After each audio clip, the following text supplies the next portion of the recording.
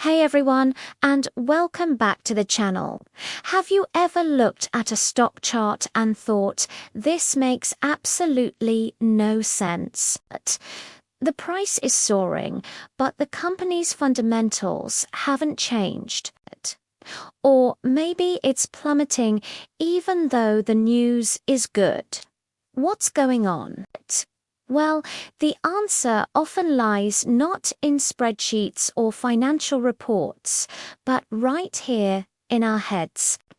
Today, we're diving deep into one of the most powerful, yet often overlooked, forces in the market: investor psychology. It's the roller coaster of human emotion, fear, greed, hope, and panic that can send prices on a wild ride, completely detached from reality. Understanding this is not just an academic exercise, it's a crucial skill that can give you a real edge. So, if you're ready to learn how to read the market's mood and make smarter decisions, stick around. Let's start with the two most dominant emotions in any market: fear and greed. Think of them as two ends of a pendulum. When things are going great, when prices are climbing day after day, greed takes over. Investors feel FOMO, the fear of missing out. They see others making money and jump in, often without doing their due diligence, pushing prices even higher. On the flip side, when the market turns, fear becomes the driving force. A small drop can trigger a wave of panic selling.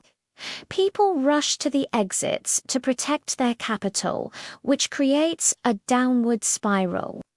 This emotional swing is so important that there's even an indicator for it: the Fear and Greed Index. This tool analyzes several market factors like stock price momentum, trading volume, and market volatility to gauge whether investors are acting more out of fear or greed.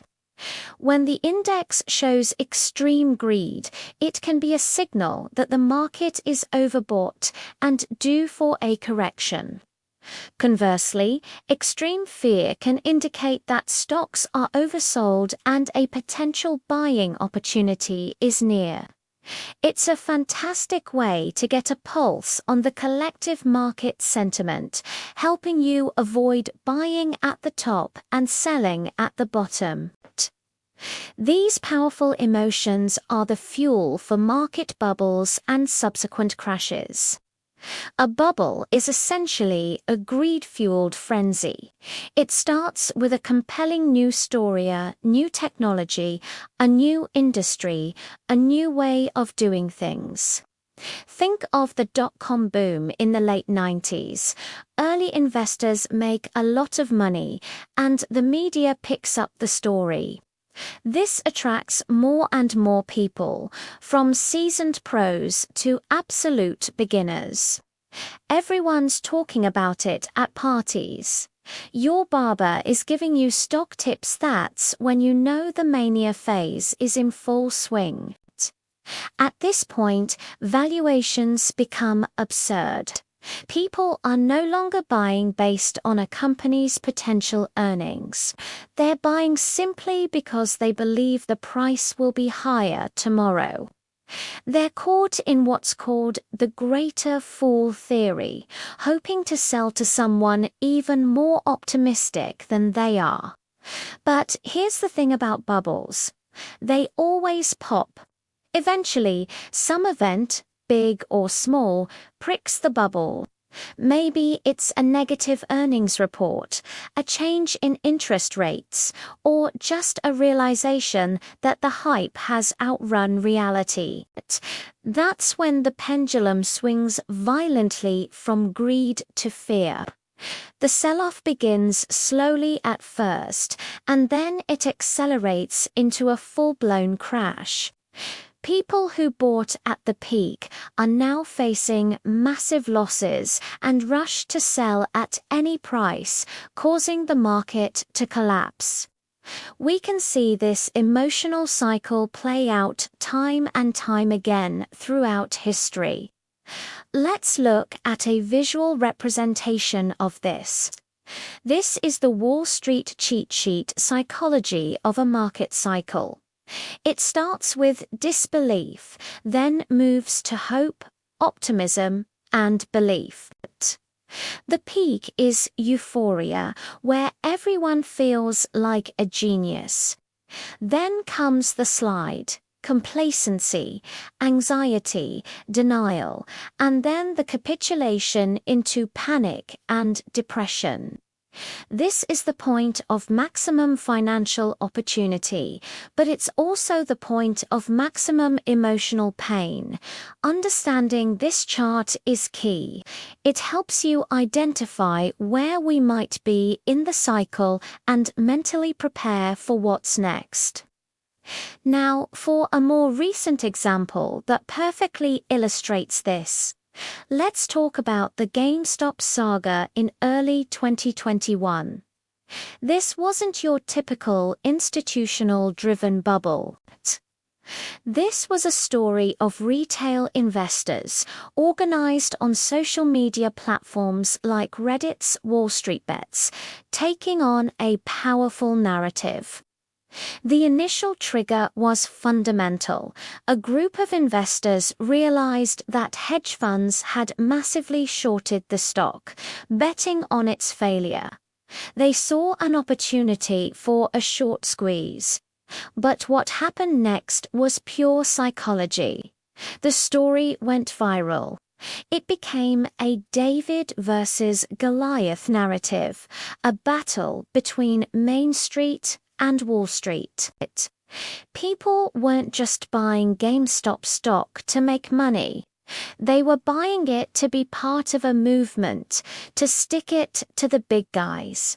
This created an incredible wave of FOMO and euphoria. The price skyrocketed from under $20 to nearly $500 in a matter of weeks, completely disconnected from the company's actual business performance. The fear and greed index would have been off the charts in the extreme greed territory for this specific stock. But just as quickly as it went up, it came crashing down. As brokerage platforms restricted trading and the initial momentum faded, panic set in. Those who bought at the peak saw their investments evaporate. The GameStop story is a masterclass in market psychology. It shows how a powerful narrative, combined with social proof and a FOMO-driven frenzy, can create a massive bubble and a subsequent painful crash, all within a few short weeks. It highlights the danger of getting caught up in the hype and ignoring the underlying fundamentals. So, how can you use this knowledge to become a better investor? It's about developing emotional discipline and a contrarian mindset. First, always be aware of your own emotions. Before you make a trade, ask yourself, am I buying this out of greed and FOMO because everyone else is? Or am I selling out of panic because the market is down? Creating a clear investment plan with predefined entry and exit points before you invest can help you stick to logic rather than emotion. Second, learn to be a contrarian.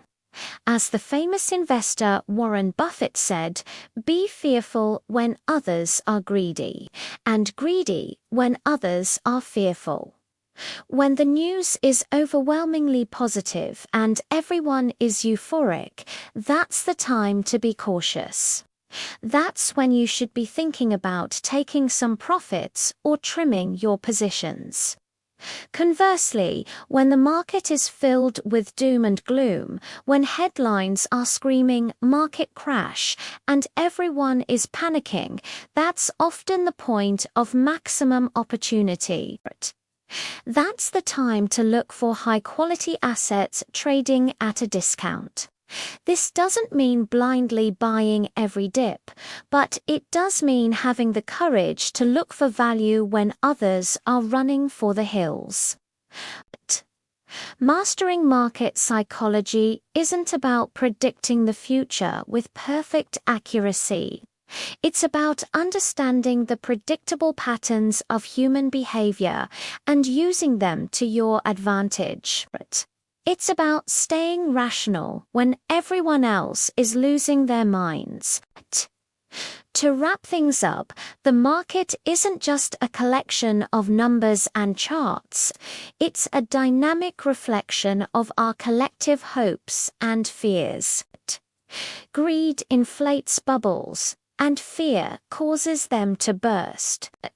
By understanding the psychology of a market cycle, using tools like the Fear and Greed Index, and learning from historical examples like the GameStop frenzy, you can start to see the market in a new light.